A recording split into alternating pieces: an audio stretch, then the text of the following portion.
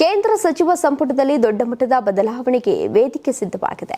June 15ರಿಂದ 18ರ ನಡುವೆ ಕೇಂದ್ರ ಸಚಿವ ಸಂಪುಟ ಪುನರ್ರಚನೆಯಾಗುವ ಸಾಧ್ಯತೆಗಳಿದ್ದು, ಬಿಜೆಪಿ ನಾಯಕತ್ವವು ರಾಜಕೀಯ ಮತ್ತು ಸಾಂಸ್ಥಿಕ ಮಟ್ಟದಲ್ಲಿ ಮಹತ್ವದ ಬದಲಾವಣೆಗಳಿಗೆ ಮುಂದಾಗಿದೆ.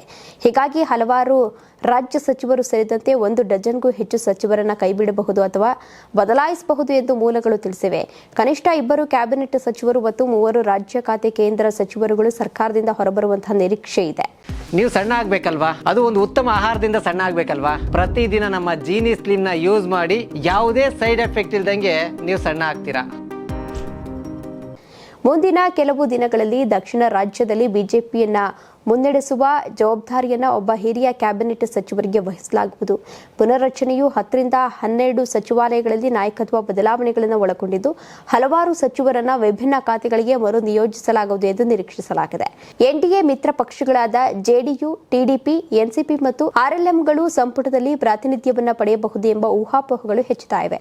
ಹೆಚ್ಚಿನ ಮಿತ್ರಪಕ್ಷ ಪ್ರತಿನಿಧಿಗಳನ್ನ ರಾಜ್ಯ ಖಾತೆ ಸಚಿವ ಸ್ಥಾನ ನೀಡುವ ನಿರೀಕ್ಷೆ ಇದೆ. ಆದರೆ 1 ಅಥವಾ 2 ನಾಯಕರನ್ನ ಸಚಿವರನ್ನಾಗಿ ಸೇರಿಸಿಕೊಳ್ಳಬಹುದು ಎಂದು ಹಿರಿಯ ಬಿಜೆಪಿ ನಾಯಕರು ತಿಳಿಸಿದ್ದಾರೆ. ಪುನರ್ರಚನೆಗೆ ಪೂರ್ವಭಾವಿಯಾಗಿ ಸಾಂಸ್ಥಿಕ ಬದಲಾವಣೆಗಳನ್ನು ಬಿಜೆಪಿ ಈಗಾಗಲೇ ಪ್ರಾರಂಭಿಸಿದೆ. ಕೇಂದ್ರ ಹಣಕಾಸು ಖಾತೆ ರಾಜ್ಯ ಸಚಿವ ಪಂಕಜ್ ಚೌಧರಿ ಅವರನ್ನು ಉತ್ತರ ಪ್ರದೇಶಕ್ಕೆ ಬಿಜೆಪಿ ಮುಖ್ಯಸ್ಥರನ್ನಾಗಿ ನೇಮಿಸಲಾಗಿದೆ.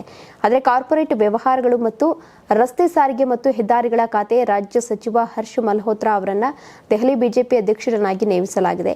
ಈ ಸ್ಥಾನಗಳನ್ನು ಸಂಸತ್ತಿನ 2 ಸದನಗಳ ಹೊಸಬರಿಗೆ ನೀಡುವ ನಿರೀಕ್ಷೆ ಇದೆ. ಮಣಿಪುರ ಬಿಜೆಪಿಗೆ ಹೊಸ ಅಧ್ಯಕ್ಷರನ್ನ ಘೋಷಿಸಲು ಸಿದ್ಧತೆ ನಡೆಸ್ತಾ ಇದೆ. ರಾಜ್ಯಸಭೆಯ ಮೂಲಕ ಕೇಂದ್ರ ಸಚಿವ ಸಂಪುಟದಲ್ಲಿ ಮಣಿಪುರಕ್ಕೆ ಪ್ರಾತಿನಿಧ್ಯವನ್ನು ಕಲ್ಪಿಸಲು ಬಿಜೆಪಿ ಅವಕಾಶವನ್ನು ನೀಡಬಹುದು ಎಂದು ಮೂಲಗಳು ಸೂಚಿಸಿವೆ. ಈ ವರ್ಷದ ಕೊನೆಯಲ್ಲಿ ಅಥವಾ 2027ರ ಆರಂಭದಲ್ಲಿ ರಾಜ್ಯಸಭೆಯ ಅವಧಿ ಮುಗಿಯುತ್ತಿರುವಂತಹ ಹಲವಾರು ಸಚಿವರನ್ನ ಪಕ್ಷ ಸಂಘಟನೆಗೆ ವರ್ಗಾಯಿಸಬಹುದು.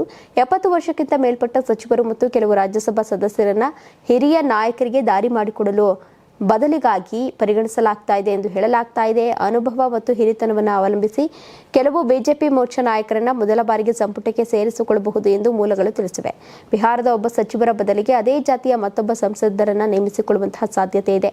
ಒಟ್ಟಾರೆ ನರೇಂದ್ರ ಮೋದಿ ಅವರ ಸಂಪುಟದಲ್ಲಿ ಹೊಸ ಮುಖಗಳಿಗೆ ಅವಕಾಶ ಸಿಗುತ್ತಾ? ಹಿರಿಯ ಸಚಿವರು ಯಾರು ಹೊರಗುಳಿಯಲಿದ್ದಾರೆ ಎಂಬುದು ಕೆಲವೇ ದಿನಗಳಲ್ಲಿ ಸ್ಪಷ್ಟವಾಗಲಿದೆ.